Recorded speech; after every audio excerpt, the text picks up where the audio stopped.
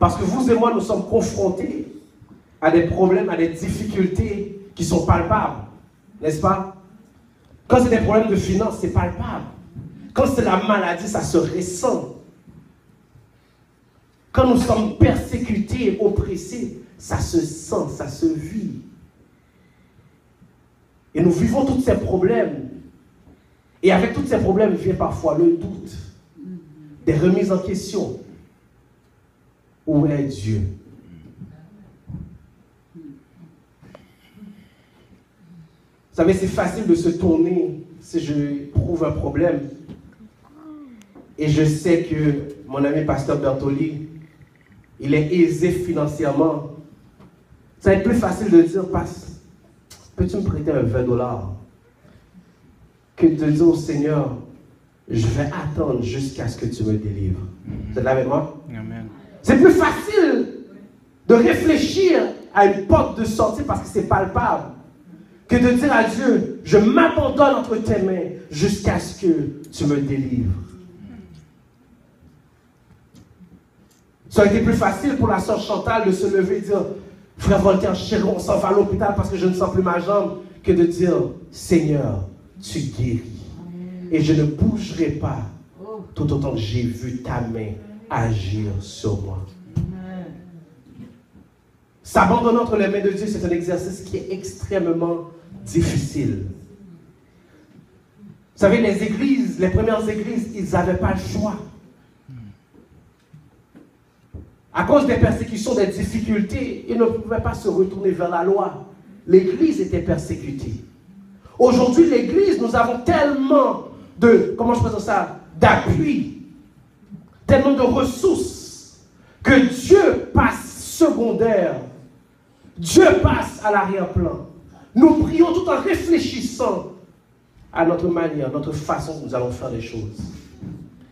Mais l'église primitive n'avait pas le choix que de s'appuyer totalement sur Dieu. De s'appuyer sur l'immensité, sur sa grandeur, sur sa puissance. Et le message ce matin, frères et sœurs, il est temps pour vous et moi de retourner à cela, de réapprendre à nous abandonner entre les mains de Dieu. De mettre de côté nos réflexions, nos propres plans, mais de regarder, d'attendre. La servante a lu ce matin, il est bon d'attendre en silence le secours de l'Éternel. C'est facile à lire. Allez pratiquer ça à la maison. C'est un beau verset, mais l'exercice est fatigant. L'exercice est épuisant. Attendre en silence le secours de l'Éternel. De faire bonne mine, de faire le bon visage, tu souffres. Et tu prends la décision de ne pas parler à personne de ce que tu traverses, mais de remettre toutes choses entre les mains de Dieu. De te lever de bonne humeur et dire tout va bien, sachant que tout va mal. De souffrir. Mais il y a juste toi qui le sais et Dieu. Et les situations que nous vivons, même le mari n'est pas au courant. Même la femme n'est pas au courant. Nous souffrons. Des fois, ma femme me demande, qu'est-ce que tu as? Pas parce que je ne veux pas partager. C'est tout simplement, j'attends le secours de Dieu. Amen. C'est épuisant. Mais la récompense, le témoignage en vaut la souffrance. Quand c'est le secours de Dieu, le témoignage en vaut la souffrance. Comprenez ce que je veux dire? Quand c'est la main de Dieu qui agit, le témoignage en vaut la souffrance. Parce que toute la gloire lui revient. Amen. Amen. Amen. Amen. Exode chapitre 17. La sœur nous l'a lu et je sais que vous connaissez très bien. Exode chapitre 17. Des prédications, vous en avez entendu là-dessus. Mais laissez-moi amener ce matin quelques principes dans ce chapitre. Israël sort d'Égypte par la grâce, par la main puissante de Dieu. Plan de Dieu. Si c'était pour Israël, il serait resté en Égypte comme esclave. Mais ce n'est pas le plan de Dieu pour eux. Et Dieu élève Moïse. Il les conduit.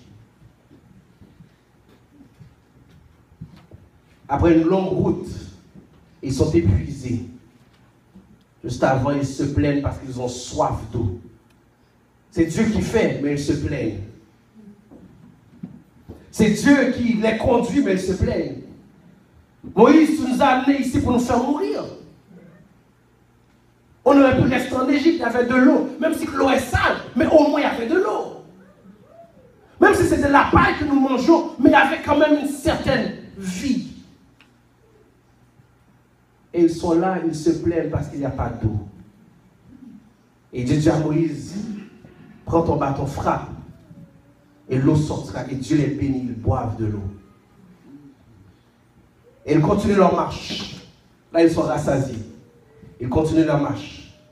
Et ils arrivent à Rephidim. Ils se mettent à l'aise. Parce que Rephidim veut dire lieu de repos. Ils sont assis. Ils se reposent. Le problème avec parfois nous, c'est que Dieu nous appelle. Il a un plan. Mais puisqu'il y a une certaine accalmie dans notre vie, nous avons tendance à croire que le plan, c'est ça. Puisqu'il y a une certaine paix, nous avons tendance à croire que c'est là que Dieu veut nous amener. Et soudainement, les Amaleks se lèvent de nulle part et attaquent Israël. Pour quelle raison? On ignore. D'où ils viennent? On ignore. Par quel chemin qu'ils ont passé? On ignore. Ça vous est déjà arrivé? Tout va bien et soudainement, le ciel semble nous tomber sur la tête. Au moment où on crie paix, joie et bonheur, tout change. De nulle part, vicissitude, problème. De nulle part, tout allait bien dans le foyer. Soudainement, la tête du mari prend, l'enfant se lève. Tout allait bien physiquement dans la santé. De nulle part, soudainement, la maladie. Frères et sœurs, j'ai appris une chose. Il y a bien des choses qui ne font pas partie de mon plan, mais qui font partie du plan de Dieu. Vous êtes là avec moi? Il y a bien des choses dans votre vie, quand vous avez fait la planification, qui n'étaient pas dans votre plan, mais c'est inclus dans le plan de Dieu. Cette attaque est surprenante pour Israël, mais pas pour Dieu. Dieu n'est pas surpris que le peuple se lève contre Israël. Et Dieu n'est pas surpris non plus quand la maladie vous frappe. Il n'est pas étonné en se demandant, qu'est-ce que je vais faire? Mon enfant est malade. Moi, quand mes enfants sont malades, je perds la tête. S'il faut que je me lève à 4-5 heures du matin pour prendre la route, fatigué, je prends la route, l'hôpital, on y va. Dieu n'est pas comme ça. Il est assis sur son trône, il est calme parce qu'il a ta vie et ma vie en contrôle. Amen. Amen. Rien ne surprend le Dieu que nous servons. Et rien ne va le surprendre. Il sait déjà tout sur votre chemin. Il connaît le prochain stop. Et il sait ce qu'il va faire dans le prochain stop. Ce matin, retenez une chose. Tout ce qui arrive était déjà dans le plan de Dieu. Amen. C'est la raison pour laquelle le serviteur peut dire toutes choses concourent au bien de ceux qui aiment Dieu et qui sont appelés selon son dessein. Même le malheur est dans le plan de Dieu.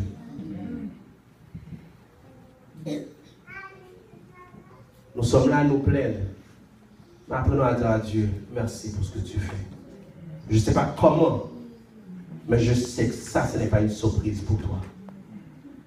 C'est une surprise pour moi. Je suis affolé. Mais je sais que ça, ce n'est pas une surprise pour toi. Mais Mais ce que Dieu fait aussi, frères et sœurs, c'est que parfois, quand nous sommes trop à l'aise, il faut qu'il permette certaines persécutions, parce que son but, ce n'est pas que tu aies 2 chaises, mais c'est que tu aies 30 chaises. Quand tu t'arrêtes à 2 chaises, il n'est pas glorifié. Mais quand tu vas à sa limite à lui, il est glorifié. Amen. Rephidim, ce n'est pas Canaan, ce n'est que juste un arrêt. Le désert est nécessaire, mais ce n'est pas un habitat pour nous.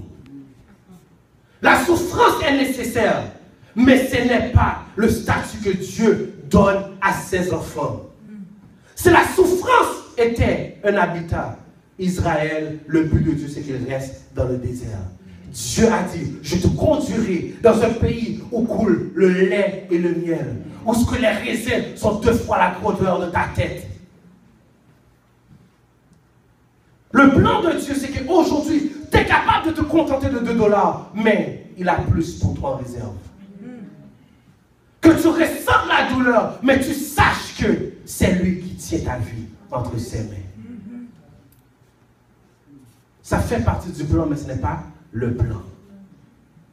Ça fait partie du plan, mais ce n'est pas le plan. Frères et sœurs,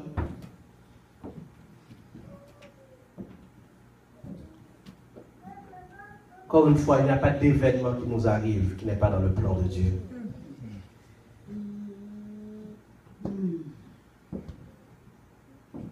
Mais le plus gros combat que vous avez, que j'ai, c'est de faire confiance à Dieu. D'apprendre à faire confiance à Dieu dans les moindres petites choses comme dans les grandes. Dans une larme comme dans un océan de pleurs. Faire confiance à Dieu. Et faire confiance à Dieu va demander que nous adoptons une position inconfortable, mais qui est nécessaire à la gloire de Dieu. Amen.